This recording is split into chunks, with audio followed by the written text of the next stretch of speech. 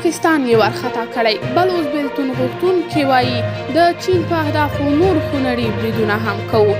دې ډلې 2 ورځې وړاندې د هغه ځانمرګې حملې د کولو ادعا هم وکړله چې د کراچۍ پوهنتون سره له نږدې وشوه او 3 چینایي اتباعو په ګډون پکې 15 تن ووژل شول. د بلوچ آزادۍ پوځ د بلوچستان په ایالت کې د څو بېلتون غوښتونکو ډلو څخه یوه ده چې د کلونو را په دې خوا د پاکستان تر ټولو سترې صوبې کې د حکومت پر ضد جنګېږي. د دې ډلې یوه ویان جیان بلوچ په یوې اعلامیې کې چې په انګریزي ژبې لیکل شوې ویلي د بلوچستانو د آزادۍ پوځ سلګونه نوي ښځینه او نارینه غړي چې په ښه توګه روزل شوي چمتو دي چې د بلوچستان او پاکستان په هرې برخه کې خونړۍ حملې وکړي.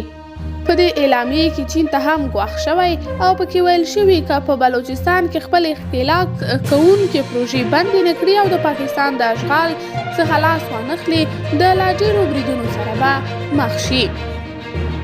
بلوچ بېلتون غوښتونکو دا خبرداری داسې مهال ورکړی چې چین په خپل اوږدمهاله متحد پاکستان فشار اچولی څو په هغه هیواد کې د چینایي اتباعو امنیت تامین کړي او ډېر ژر هغه کسان عدالت ته راکاږي چې د سې شنبې په ورځ د اپریل پر 26مه د 3 چینایي ښوونکو په وژلو کې لاس لري.